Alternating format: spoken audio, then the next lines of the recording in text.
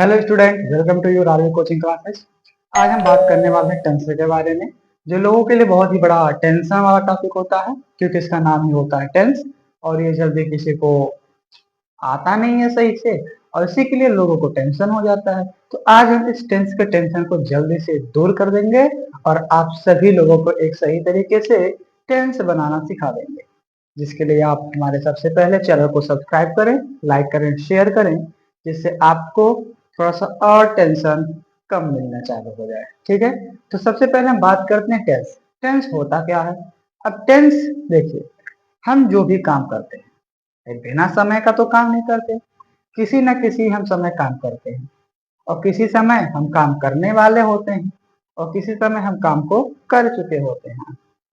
ठीक, तो वही क्या करता है, टेंस हमें उस समय को बताता है जिस समय में हम कोई भी काम करते हैं। ठीक है, जैसे मैं आज पढ़ा रहा हूँ, तो मैं आज पढ़ा रहा हूँ, इस समय बताएगा कौन? क्या वो पढ़ाया जा रहा है, या फिर पढ़ाया जाएगा, या भी पढ़ाने वाले हैं, या पढ़ा चुके हैं? तो कौन बताएगा? ये टेंस बताएगा। तो अगर हम बात करते हैं टाइप्स ऑफ टेंस, तो टेंस तीन प्रकार के होते हैं। ठीक है, कितने? तीन, जिनमें से पहला पास्ट टेंस। ठीक है, क्या होता है? Past tense. दूसरा प्रेजेंट टेंस। ठीक, और तीसरा फ्यूचर टेंस।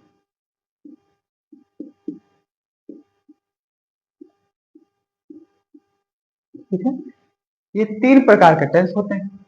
कौन सा? Past, present, future. अब देखिए, पास्ट टेंस जो होता है, इसको हम भूतकाल कहते हैं। ठीक है, क्या कहते हैं इसको? हम भूतकाल। जी हाँ, भूतकाल।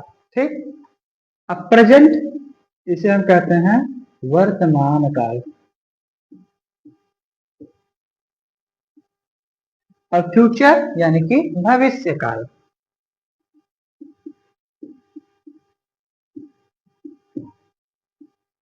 यानी कि इसमें क्या है? सब काल है, काल। इसमें तीन काल हैं: भूतकाल, वर्तमान काल, भविष्य काल। अब समझते हैं जो भूत वाला काल है वो क्या होता है। तो देखिए, जो पास्ट टेंस होता है, जैसे कहा जाता है जब किसी व्यक्ति की मृत्यु होती है, ध्यान से समझिएगा, जब किसी व्यक्ति की मृत्यु होती है, अगर वो दोबारा मिलने आता है तो किसके रूप में आता है? भूत के रूप में आता है। किसके रूप में? भूत के रूप में। तो समझ जाइएगा, जो चला गया है, कभी नहीं आएगा, वो भूतकाल होगा। क्या होगा? भूतकाल होगा, यानी कि पास्ट टेंस। ठीक, प्रेजेंट टेंस, भाई वर्तमान में जो हमारे सामने साक्षात हो, यानी कि अभी वो क्या? उपस्थित है। मैं पढ़ा रहा हूँ, अभी उपस्थित हूँ, काम चल रहा है, वर्तमान में है, यानी कि वो प्रेजेंट है। प्रेजेंट का मतलब उपस्थित, तो वो क्या होगा? प्रेजेंट टेंस, यानी कि वर्तमान काल जो अभी चल रहा है। फ्यूचर टेंस, भविष्य काल। अब भाई जैसे पंडित जी भविष्य देख के बताते हैं कि आपके समय में ये चीजें होंगी, ये घटना होंगी, लेकिन निश्चित नहीं है क्या वो होगा कि नहीं होगा। तो उस तरह के जितने भी काम आएंगे, जो काल आएंगे, वो भविष्य काल होंगे, फ्यूचर टेंस। यानी कि जिसके अभी कोई पता नहीं है, वो हम कल करने वाले हैं, लेकिन वो पता नहीं, हम कर भी सकते हैं, नहीं भी कर सकते, यानी कि वो भी फिक्स नहीं है। ठीक है, तो क्या होगा? पास्ट टेंस यानी कि भूतकाल जो बीता हुआ है, वर्तमान काल जो अभी चल रहा है, और भविष्य काल जो अभी चलने वाला है। ठीक है, और इन सभी काल को चार चार काल में और बांट दिए गए हैं। कितने काल में? चार चार काल में और बांट दिए गए हैं, जिनमें से पहला होता है इनडेफिनिट। ठीक है, पहला क्या होता है? इनडेफिनिट। ठीक, और दूसरा,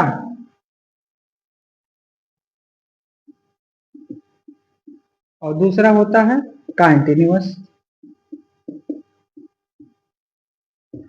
तीसरा होता है परफेक्ट, और चौथा होता है परफेक्ट कंटिन्यूअस।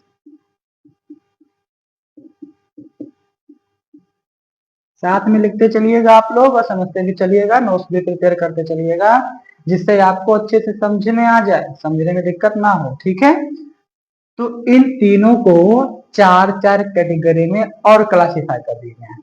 ठीक, जिसमें से पहला इंडेफिनिट, दूसरा कंटिन्यूअस, तीसरा परफेक्ट, चौथा परफेक्ट कंटिन्यूअस। ठीक है, अब देखिए, अभी तो तीन काल था, अब चार चार काल और आ गए, यानी कि सब काले काल हैं लोगों के लिए।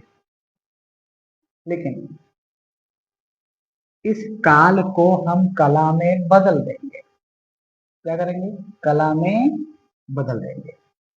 अब बदलना कैसे है?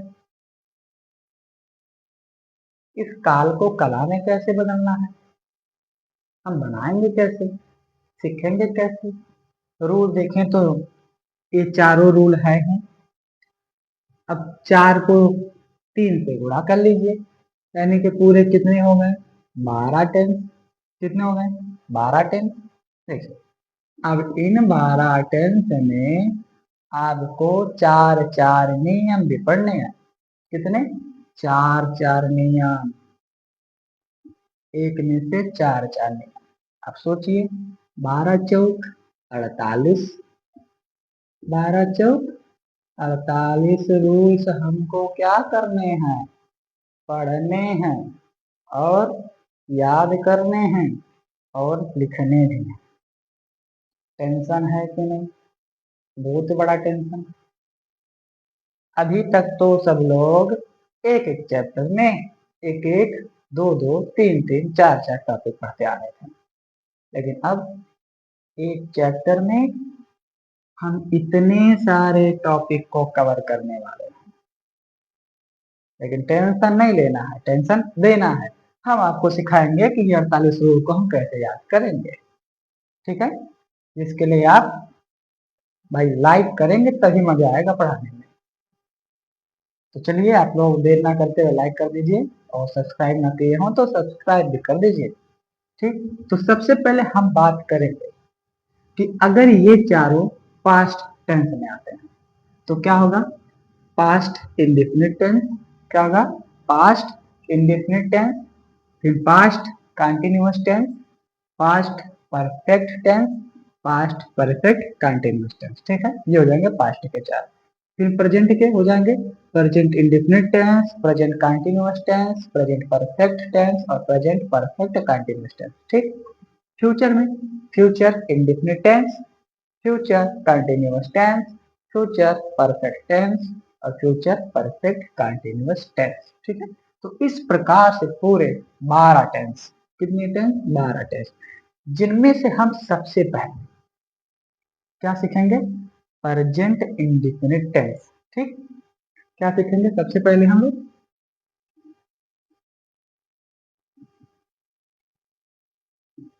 सबसे पहले सीखेंगे present indefinite tense. Present indefinite tense, इसमें हम कितना रूल सीखेंगे? सबसे पहले तीन सीखेंगे। ठीक है, कितने रूल सीखेंगे? तीन। पहला किसका सीखेंगे? अफर्मेटिव। किसका? अफर्मेटिव। फिर उसके बाद निगेटिव, फिर उसके बाद इंट्रोगेटिव।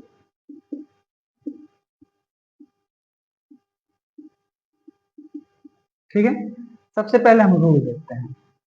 अफर्मेटिव में सबसे पहले हमारा सब्जेक्ट आएगा। ठीक है, सब्जेक्ट प्लस वर्ब का फर्स्ट फॉर्म, फिर plus S C S plus object. ठीक है, फिर इंट्रो निगेटिव में subject plus helping verb plus not plus verb का फर्स्ट फॉर्म प्लस ऑब्जेक्ट। ठीक है, इंट्रोगेटिव में सबसे पहले helping verb plus subject plus verb का फर्स्ट फॉर्म प्लस ऑब्जेक्ट। के लिए ये हम तीन रूल को सबसे पहले याद करेंगे। क्या करना है? ये तीन रूल को सबसे पहले याद करना। ठीक है, अफर्मेटिव में क्या करेंगे? सबसे पहले सब्जेक्ट आएगा, तब वर्ब का फर्स्ट फॉर्म, तब एस सी एस और उसके बाद ऑब्जेक्ट। नेगेटिव में subject, helping verb, not, verb का फर्स्ट फॉर्म, ऑब्जेक्ट। इंट्रोगेटिव में हेल्पिंग वर्ब, सब्जेक्ट, वर्ब का फर्स्ट फॉर्म और ऑब्जेक्ट। ठीक है, ये आएगा। तो आपको करना क्या है, सबसे पहले इन तीन रूल को नोट कर लेना है। क्या करना है, नोट कर लेना है। ठीक, तो सबसे पहले आप लोग एक काम करिए, आप इन सभी को नोट कर लीजिए। ठीक है, आप इसके रूल को नोट कर लीजिए। उसके बाद हम क्या करेंगे, कुछ एग्जाम्पल देखेंगे, किसका, अफर्मेटिव का। ठीक है, तो चलिए आप लोग इसको नोट कर लीजिए सबसे पहले। तो चलिए, बहुत अच्छे, आप लोगों ने तो नोट कर लिया होंगे। अब देखिए, अब हम समझते हैं प्रेजेंट इंडेफिनिट टेंस को कैसे बनाएंगे। ठीक है, तो देखिए एक साइड आपका रूल लिखा है, आप लोग साथ साथ में प्रैक्टिस भी करते चलिएगा। जैसे इसको हम पहचानेंगे कैसे, सबसे पहले पहचानेंगे कैसे। ठीक है, तो जब किसी भी वाक्य के लास्ट में, सेंटेंस के लास्ट में, ठीक है, क्या हो, ता है, ठीक है, या ते है, ठीक है, ते है, ठीक है, या ता हूँ, या तो फिर ती हूँ, ठीक है, इस प्रकार आते हैं। ठीक है, अगर किसी भी वाक्य के लास्ट में ता है, ती हूँ आता है, तो वो प्रेजेंट इंडेफिनिट टेंस होगा। ठीक है, किसी भी अगर वाक्य के लास्ट में ता है, ते हैं, ती हूँ आता है, ठीक है, तो वो प्रेजेंट इंडेफिनिट टेंस होगा। जैसे फॉर एग्जांपल देखते हैं, राम जाता है, ठीक है, राम जाता है। अब देखिए इस वाक्य के लास्ट में क्या है, ये ता है, क्या है, ता है, तो राम जाता है, यानी कि क्या, ये अभी अफर्मेटिव सेंटेंस है। ठीक है, तो अफर्मेटिव का रूल क्या होता है, सब्जेक्ट, वर्ब का फर्स्ट फॉर्म, एस और ईएस और ऑब्जेक्ट। ठीक है, तो हम इसको क्या लिखेंगे, सबसे पहले सब्जेक्ट क्या है, राम, तो लिखेंगे राम, ठीक है, फिर वर्ब का फर्स्ट फॉर्म क्या है, जाता, यानी कि जाना का वो। अब लगाना है एस और ईएस। अब एस ईएस हम कब लगाएंगे, देखिए जब सब्जेक्ट सिंगुलर होगा तो एस और एस लगाएंगे। ठीक है, अगर सब्जेक्ट प्लूरल होगा तो कुछ भी नहीं लगाएंगे। ठीक है, और जब सब्जेक्ट सिंगुलर होगा तो हम डज लगाएंगे, और अगर प्लूरल होगा तो हम डू लगाएंगे हेल्पिंग वर्ब में। ठीक है, देखिए राम जाता है तो राम गोज, क्योंकि राम क्या है, सिंगुलर है, इसलिए हम वर्ब के साथ एस लगा देंगे, एस और एस लगा देंगे। ठीक है, जैसे दूसरा समझते हैं, मीरा खाना पकाती है। देखिए अब क्या है, लास्ट में ती है, तो इसका क्या होगा, सबसे पहले सब्जेक्ट मीरा, वर्ब पकाना का, कुक। अब इसके साथ हम एस एस लगा देंगे, क्योंकि ये सिंगुलर है, तो इसके साथ लगेगा एस, कुक्स। फिर क्या है, खाना, तो ऑब्जेक्ट कुक्स द फूड, क्या हो जाएगा, मीरा कुक्स द फूड। ठीक, अब देखिए जैसे अगर नेगेटिव की बात करें, राम नहीं जाता है,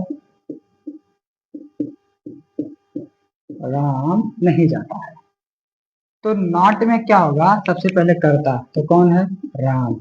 अब नहीं जाता है, तो सिंगुलर के लिए हेल्पिंग वर्ब हम क्या लगाएंगे, डच, तो यहाँ पे हेल्पिंग वर्ब क्या लगेगा हमारा, डच, फिर प्लस नॉट, फिर उसके बाद वर्ब जाता है, गो, तो राम डज नॉट गो।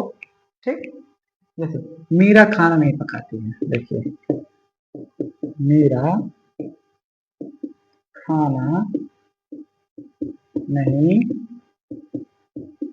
पकाती है, तो क्या होगा, Meera does not cook the food, तो लिखेंगे Meera does not cook the food. अब इसको अगर इंट्रोगेटिव में पूछना, क्या मीरा खाना पकाती है, तो सबसे पहले हेल्पिंग और क्या आगे जाएगा, तो does Meera cook the food, ठीक है, क्या है, क्या मीरा खाना पकाती है। ये पूछा जा रहा है, तो क्या करेंगे, हेल्पिंग वर्ब सबसे पहले होता है, तो लिखेंगे does Meera cook the food. ठीक है, क्या मीरा खाना पकाती है। तो इस प्रकार से हम इंट्रोगेटिव, नेगेटिव और अफर्मेटिव बनाएंगे। ठीक है, राम जाता है, राम गोज, मीरा खाना पकाती है, Meera cook the food. Ram नहीं जाता है तो Ram does not go, Meera खाना नहीं पकाती है, Meera does not cook the food. क्या मीरा खाना पकाती है, तो does Meera cook the food. जैसे जैसे मानते हम कहते हैं कि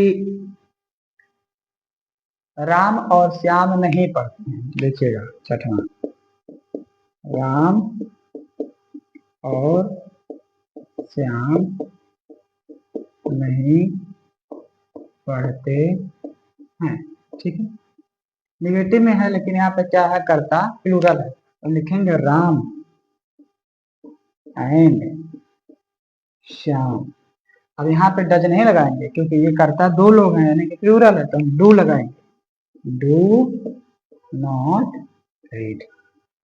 ठीक है, तो इस प्रकार से हम प्रेजेंट इंडेफिनिट का टेंस बनाते हैं। ओके, तो आई थिंक आपको समझ में आ गए होंगे। तो इस प्रकार से आप इसको नोट कर लीजिएगा, मेंशन कर लीजिएगा अपने नोटबुक में, और फिर हम आपको मिलते हैं अगले वीडियो में और कई सारे इसके रिलेटेड एक्सरसाइज को लेकर। तब तक आप लोग इसको नोट करिए और पढ़िए।